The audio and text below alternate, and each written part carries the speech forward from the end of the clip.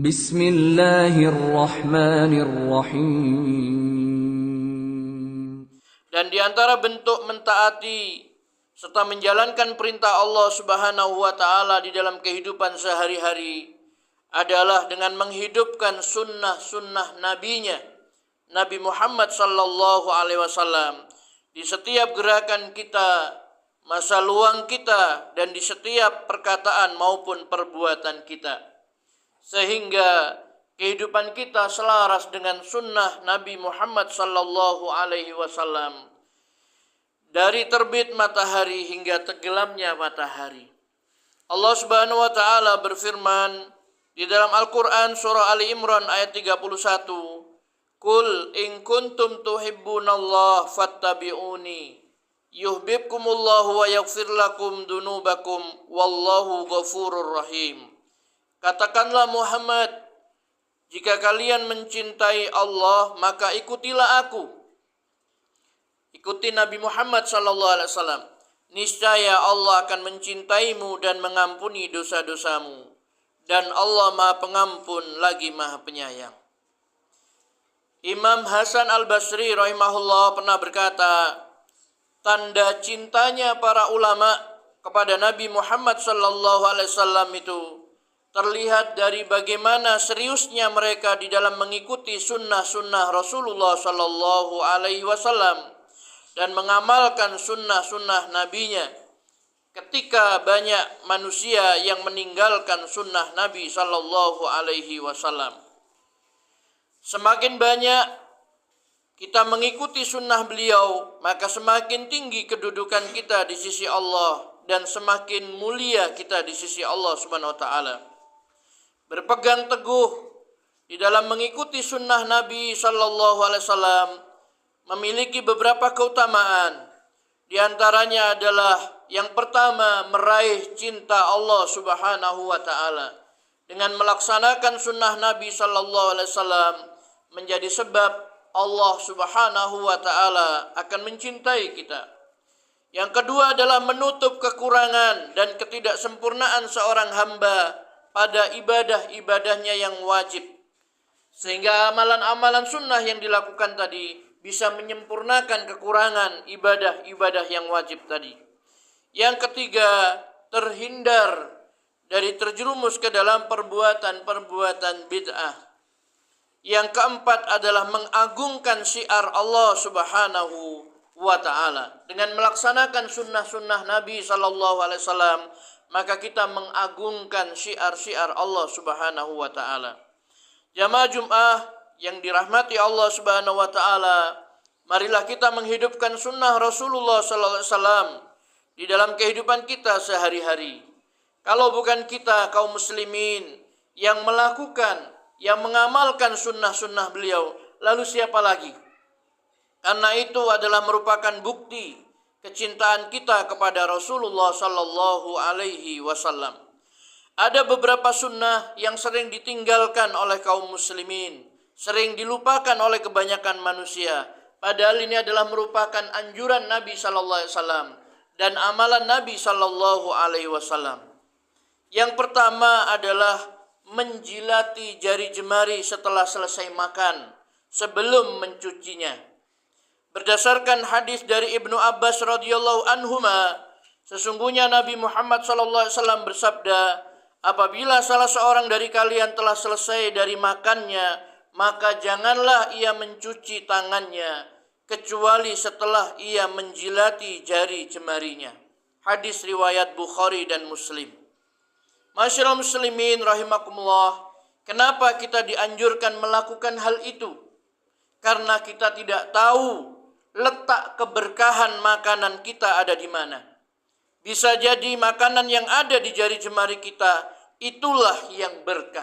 Maka Rasulullah SAW menganjurkan jangan terburu dicuci tangannya sebelum dia menjilati jari jemarinya. Karena bisa jadi keberkahan makanan itu ada yang pada makanan yang menempel di jari jemari tadi itu. Yang kedua adalah mengambil nafas ketika minum sebanyak 3 kali di luar gelas. Dari sahabat Anas bin Malik radhiyallahu anhu berkata, bahwasanya Rasulullah sallallahu alaihi wasallam bernafas 3 kali ketika minum. Lalu beliau bersabda, sesungguhnya dengan begini haus lebih hilang, lebih lepas, dan lebih enak. Hadis riwayat Bukhari dan Muslim.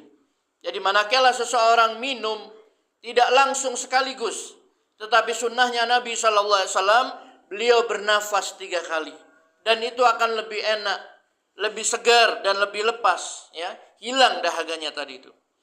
Kemudian yang ketiga, masyarakat muslimin rahimakumullah, sunnah yang sering ditinggalkan adalah memperbanyak istighfar, meminta ampun kepada Allah Subhanahu wa taala ketika sedang bermajelis. Abdullah bin Umar radhiyallahu anhuma berkata, sesungguhnya kami pernah menghitung Rasulullah sallallahu alaihi wasallam dalam segala majelis mengucapkan istighfar sebanyak 100 kali, yaitu Rabbi firli wa tub alayya innaka antat tawwabur rahim, yang artinya, wahai Tuhanku, ampunilah aku dan terimalah taubatku, sesungguhnya engkau adalah maha penerima taubat lagi maha penyayang. Hadis riwayat Abu Dawud dan At-Tirmizi. Jadi Rasulullah sallallahu alaihi wasallam dalam satu majelis pernah dihitung oleh Ibnu Umar radhiyallahu anhu, beliau istighfar kepada Allah 100 kali, minta ampun kepada Allah 100 kali. Ya Allah, ampunilah aku dan terimalah taubatku. Rabbi firli wa tub alayya innaka antat tawwabur rahim. Ini sunnah Nabi. Maka hendaklah kita tiru sunnah Nabi ini. Setiap kali kita bermajelis, mungkin menghadiri undangan atau tasyakuran ataupun yang lainnya, sambil menunggu acara dimulai, beristighfar kepada Allah, mohon ampun kepada Allah sebagaimana yang disunnahkan oleh Nabi kita sallallahu alaihi wasallam. Yang keempat, masyarakat muslimin rahimakumullah, yaitu bersedekah semampu kita ketika kita bertaubat dari sebuah dosa. Imam Bukhari dan Muslim menuturkan kisah sahabat Ka'ab radhiyallahu anhu, bahwa dia berkata, aku berkata kepada Rasulullah sallallahu alaihi wasallam, wahai Rasulullah, sesungguhnya termasuk bagian dari taubatku, aku ingin melepaskan semua hartaku sebagai sedekah untuk Allah dan Rasulnya. Maka Rasulullah pun bersabda, sisihkanlah sebagian hartamu, maka itu lebih baik bagimu. Hadis ini diriwayatkan oleh Bukhari dan Muslim. Masyaallah muslimin rahimakumullah, Ibnu Qayyim al-Jauziyah rahimahullah menyebutkan di dalam kitab Zadul Ma'ad, perkataan sahabat Ka'ab ini adalah merupakan dalil akan disunnahkannya bersedekah ketika kita bertaubat, bersedekah semampunya. Ini adalah perbuatan sahabat Ka'ab bin Malik yang disetujui oleh Rasulullah sallallahu alaihi wasallam. Kemudian masyarakat muslimin yang dirahmati Allah Subhanahu wa taala, sunnah yang kelima yang sering dilupakan dan ditinggalkan oleh kaum muslimin adalah tidak melepaskan tangan ketika kita berjabat tangan dengan orang lain, kecuali orang tersebut yang melepaskan tangannya terlebih dahulu.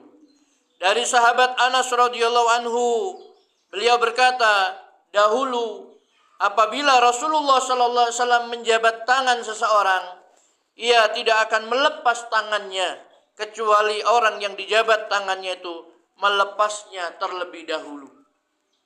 Jadi Rasulullah sallallahu alaihi wasallam kalau berjabat tangan dengan para sahabat, beliau tidak melepaskan tangannya itu sampai para sahabat itu yang melepaskan terlebih dahulu. Dan ini adalah merupakan sunnah Nabi. Dan akan lebih akrab, lebih hangat hubungan antara seorang muslim ketika mereka berjabat erat.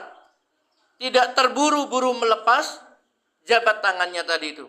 Sebagaimana hal ini disunnahkan oleh Rasulullah sallallahu alaihi wasallam. Masyaallah muslimin rahimakumullah, inilah di antara sunnah-sunnah yang diajarkan oleh Nabi kita sallallahu alaihi wasallam yang banyak dilupakan dan ditinggalkan oleh kaum muslimin.